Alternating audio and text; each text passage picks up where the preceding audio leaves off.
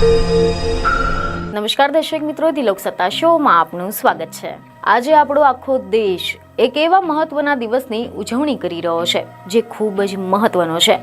આજે પ્રજાસત્તાક દિન અથવા તો ગણતંત્ર દિવસ કહો, 26મી જાન્યુઆરીને લોકો ભારતનો રાષ્ટ્રીય તહેવાર તરીકે ઉજવી રહ્યા છે। આ દિવસે ઈસવીસન 1950માં ભારતનું બંધારણ અમલમાં આવ્યું હતું અને ભારત બ્રિટિશ વલીપણામાંથી જેના હેઠળ હતું તે દેશમાંથી સંપૂર્ણપણે પ્રજાસત્તાક એટલે ગણતંત્ર દેશ બન્યો હતો। પરંતુ શું તમે જાણો છો કે ભારતનું પ્રથમ પ્રજાસત્તાક દિવસ ક્યાં ઉજવવામાં આવ્યું હતું? ત્યાં મુખ્ય અતિથિ કોણ હતા? તો આજે અમે તમને 26મી જાન્યુઆરી વિશે આવી જ કેટલીક રસપ્રદ માહિતી આપીશું। તો સૌપ્રથમ તમને જણાવી દઈએ કે મીડિયા રિપોર્ટ અનુસાર એવી માહિતી સામે આવી છે કે 26મી જાન્યુઆરી 1950ના રોજ દેશનું બંધારણ અમલમાં આવ્યું હતું અને ડોક્ટર રાજેન્દ્ર પ્રસાદ દેશના પ્રથમ રાષ્ટ્રપતિ બન્યા હતા। આ દિવસે સવારે 10:18 વાગે દેશનું બંધારણ અમલમાં આવ્યાની 6 મિનિટ પછી એટલે કે સવારે 10:24 ડોક્ટર રાજેન્દ્ર પ્રસાદે રાષ્ટ્રપતિ પદ પરથી શપથ લીધા હતા। આના પછી તેમણે 26 જાન્યુઆરીને રાષ્ટ્રપતિ રજા તરીકે પણ જાહેર કરી હતી।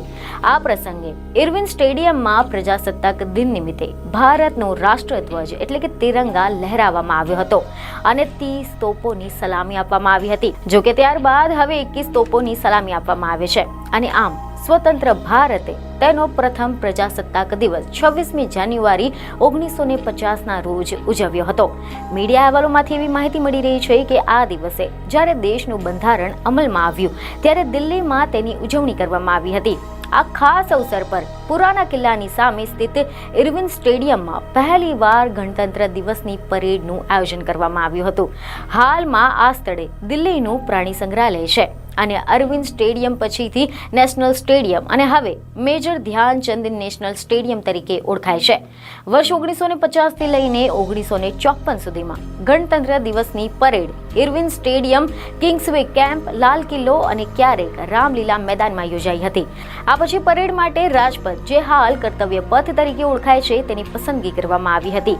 સમાચાર એવા મળી રહ્યા છે કે આ પરેડ રાયસીના હિલથી રાજપથ થઈને લાલ કિલ્લા સુધી થવા લાગી। આ રૂટ લગભગ 5 કિલોમીટર લાંબો છે, જેમાં ઘણી બધી ફેરફાર પણ થયા છે। પ્રથમ વખત પ્રજાસત્તાક દિવસના કાર્યક્રમમાં પરેડ સાથે ટેબ્લોનો સમાવેશ ન કરવામાં આવ્યો હતો। પહેલીવાર 26મી જાન્યુઆરી 1953ના રોજ આ પરેડમાં સેના અને અન્ય દળોની સાથે રાજ્યોના ટેબ્લોનો પણ સમાવેશ કરવામાં આવ્યો। નવી દિલ્હીના વિજય ચોકમાં દર વર્ષે 29 જાન્યુઆરીએ યોજાતી બીટિંગ રિટ્રીટ સેરેમની 1600ના દાયકાની આ પરંપરા સાથે જોડાયેલી છે। હવે આપણે જાણીશું કે પ્રથમ પ્રજાસત્તાક દિનની પરેડમાં મુખ્ય અતિથિ કોણ રહ્યું હતું। તો તમે જણાવી દઈએ કે મીડિયા રિપોર્ટમાંથી એવી માહિતી મળી રહી છે કે પ્રથમ પ્રજાસત્તાક દિને વડાપ્રધાન પંડિત જવાહરલાલ નહેરુ અને ગવર્નર જનરલ સી રાજગોપાલાચારી ઉપસ્થિત રહ્યા હતા।